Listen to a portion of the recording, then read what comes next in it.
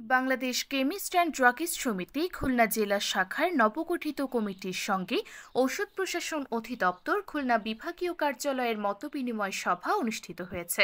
বুধবার 10 সেপ্টেম্বর সকালে নগরের ময়লাপোতা মোড়ে বিসিডিএস ভবনের পঞ্চম তলায় এই সভা অনুষ্ঠিত হয়। খুলনা জেলা শাখার আহ্বায়ক খান মাহতাব আহমেদের সভাপতিত্বে উপস্থিত ছিলেন ঔষধ প্রশাসন অধিদপ্তর খুলনা বিভাগীয় কার্যালয়ের উপপরিচালক সুকর্ণ আহমেদ ও ঔষধ তত্ত্বাবধায়ক মোহাম্মদ সাদ্দাম হোসেন।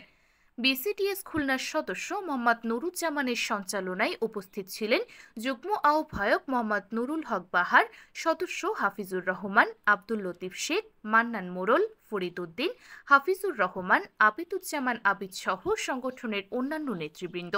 মতবিনিময়কালে সমিতির সদস্যরা অভিযোগ করেন, ফুড সাপ্লিমেন্ট পট কোম্পানির ঔষধ প্রেসক্রিপশনে উল্লেখ করায় সাধারণ রোগীদের অতিরিক্ত দাম দিয়ে সেই ঔষধ কিনতে হচ্ছে, অথচ একই মানের ঔষধ দেশীয় ব্র্যান্ডের অন্যান্য কোম্পানির কাছ থেকে তুলনামূলক কম দামে পাওয়া যায়। এজন্য সরকারি পর্যায়ে উদ্যোগ নিয়ে অযৌক্তিক দামি ওষুধ প্রেসক্রিপশন লেখা বন্ধের দাবি জানান তারা। এছাড়া লাইসেন্সবিহীন ঔষধ ব্যবসায়ী এবং নকল ভেজাল ঔষধের বিরুদ্ধে কঠোর ব্যবস্থা নেওয়ার আহ্বান জানান। একই সঙ্গে তারা জানান, অনেক সময় কোম্পানির লোকজন ঔষধ সরবরাহের সময় নির্ধারিত তাপমাত্রা মেনে চলেন না, যা মানের জন্য ঝুঁকিপূর্ণ।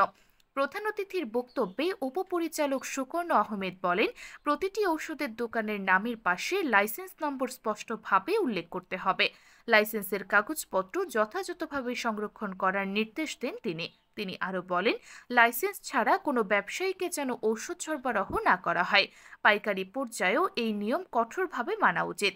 সভায় অংশগ্রহণকারীরা ভেজাল ওষুধ প্রতিরোধ, লাইসেন্সবিহীন ব্যবসা বন্ধ এবং সাধারণ মানুষের জন্য ন্যায্য মূল্যে মানসম্পন্ন ওষুধ নিশ্চিত করতে একসঙ্গে কাজ করার অঙ্গীকার ব্যক্ত করেন।